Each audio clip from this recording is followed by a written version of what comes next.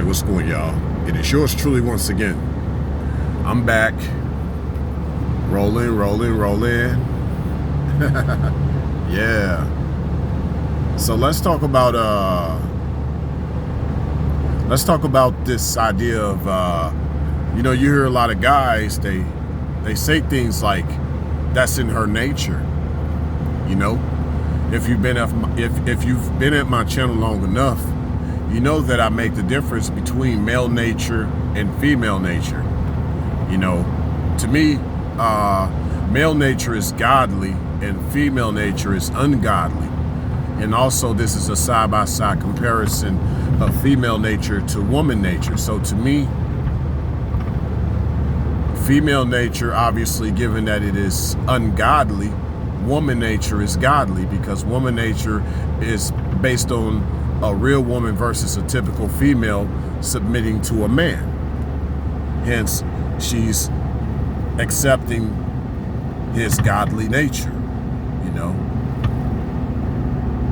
So obviously, a male that's not into his male nature, he's more or less like a female that's all about her female nature. That male is basically more like a female, whereas that male should be trying to be more like a man, because it's actually in his nature to be that way. But this brings up another point, because this lets you know what I'm about to tell you. It lets you know how deep some toxicity can really go and can really be, especially amongst the feminine gender. For me, I'm different. I don't necessarily say that's in her nature. No, I say that nature is in her because it was put in her. You got to think the feminine gender is like a vessel. She's a vase. Yes. Love her as unto a weaker vessel. She was made to be molded, made to be formed. So what do you put in her after she's been molded? You obviously want to put in her godly nature. In essence, you want to put in her woman nature. So what happens when you don't put that inside of the feminine gender? You get female nature. And you also get loud Harleys that are riding past me right now. Okay, so the loud Harleys are gone. Yes, the loud Harleys are gone. So we'll continue on. Yeah, you get female nature put inside that feminine gender, inside of that feminine vessel. Yeah, you put a lot of that inside of that feminine vessel, to where even the shape of it tends to not be as sculpted as it should be. It's not in its pure design, if you think about it. So you just look at a lot of these feminine genders who haven't been sculpted properly due to the nature that's put within them, which is totally different than someone saying that's in their nature. Okay, that nature was put in them. You got to think with the feminine gender, she's bare bones. She is what you make of her. A lot of times we may say in general, life is what you make of it, but with the feminine gender, it is what you make of her once she gets around you.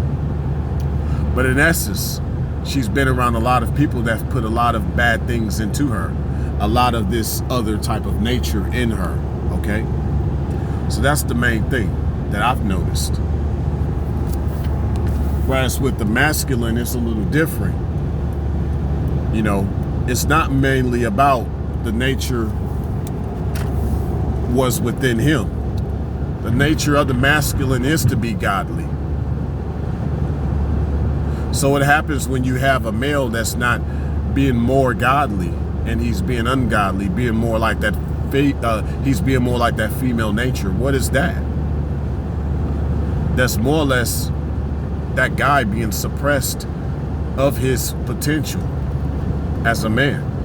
He's being suppressed. Something has covered him. Something has smothered him. This idea of stunted growth. You got stunted growth. You got untapped potential. Okay. But yet, in regards to the feminine gender, this nature that was put in her, it pretty much, it's not really more or less about potential with the feminine. It's more or less about her value and her volume. You know, in essence, the man being more or less the masculine, being more like the molder, the shaper of the pot, he no longer has the potential, you know, because he's made it to where he's put a lot of female nature in him, even though that's not his nature. And in essence, you'll see the female nature on him too. This has a very deep rabbit hole to it. Not pretty sure I even covered all the bases here.